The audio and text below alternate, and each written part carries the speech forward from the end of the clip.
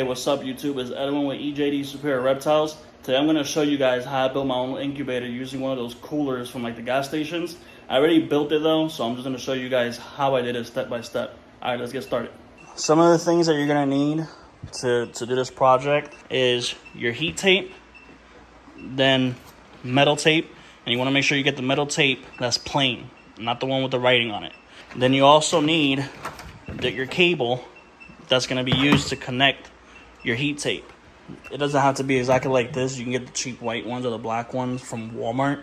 I just didn't have one, regular one to show you guys. What you're going to do is, if you can't find them in a reptile store that are already with this end already cut off, then you obviously just cut it off yourself so you can have the two wires. Because you also need two of these metal clamps that you use to crimp onto the ends of these cables, which then you crimp them on to these corners, one on each side, to connect your heat tape to your thermostat. I don't have any to show you guys, but I'll post up a picture so you guys can see what I'm talking about.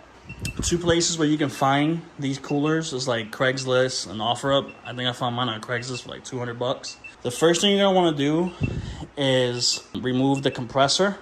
So when you plug it in, to get the fan going. And that's another thing. I prefer to get mine with the fans that work.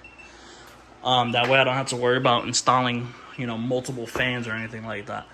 But, so you don't want the compressor to obviously, cool the cooler down.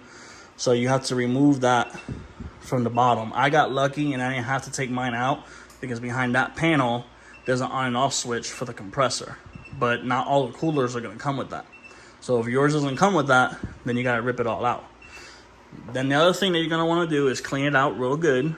Then you also want to come over here and you have to check these seals all the way around and make sure they're still intact. If they're if any of them anywhere on it is spaced out or anything, just glue it back with crazy glue. This one was coming off on this side and I put some crazy glue and now it's good. So then what you do is you take your heat tape, the roll of heat tape, and I started from this side and I measured it all the way, going all the way down, coming up all the way to this side. And then to actually stick it to the wall, you use your metal tape, and as you can see, you go along the edge. You go along the where this metal strip is right here. You go along that edge, and you go all the way down on both sides, the front and the back. And you go all the way down like that, and it stops right there. Then it comes down like that, and it starts right here again. And again, from both sides, you tape it along the edges all the way to the top. Then once you get that done, your heat tape is good to go. So then you have to drill a hole at the top so you can feed your wires through. You're gonna feed this wire through, which is the wire to connect your heat tape. Then you're also gonna feed your wire for your temperature probe, which the temperature probe, you want it to sit in the middle. That way you can get a more accurate temperature reading, not just what's on the top, on the bottom, in the middle. And also, like me, I added some LED strips. You don't have to do that, but I just wanted it to look nice. But if you do this, then you obviously got to feed those wires to the top also, which is that little white box that you see right there. I can change this any color I want. It's pretty cool.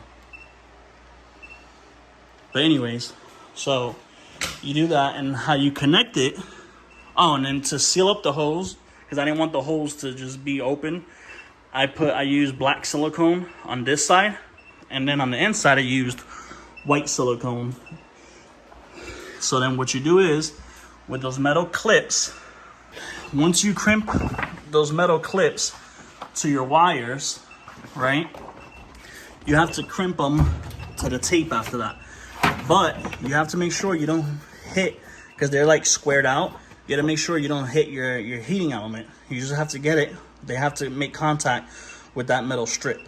They have these little teeth on the inside, so when you crimp them, they'll break through the plastic that's on the outside and they'll actually touch the metal strip from the inside. So you want to, so on each corner, like you see there, you're gonna crimp those metal clips.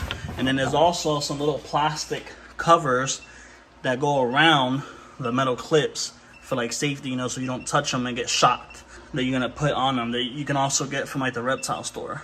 And then I covered it with some more metal tape, and that's pretty much it.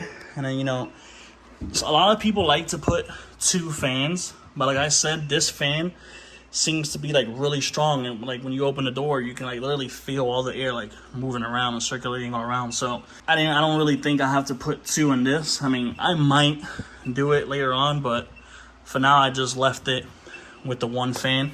But if you want to put another fan, then you can, you know, install like a small little computer fan at the top there, you know. And just keep in mind that if you're gonna do that, you know, make sure you do it all at once. So if you cover your holes, you don't have to worry about, you know, with the silicone, you don't have to worry about taking the silicone out, you know, just to feed, you know, the extra wires through. And that's pretty much it. If these, you know, I replaced this bulb with an LED one because the one that was on it was shot, so I replaced that. And that's pretty much it. I put a thermometer in there so I can see, you know, I can have an extra, you know, like an extra thermometer to tell me the temperature in there. And that's it. You know, it's really easy to do, you know, and I can fit a good bit of, you know, bends with clutches in there. So that's it, guys. If you have any questions, just drop a comment and I'll get back to you guys. As you can see, it's a little hot in here. Please don't forget to like, comment, and subscribe. Also, please follow me on Instagram. I'll put the link down at the bottom. Until next time, peace.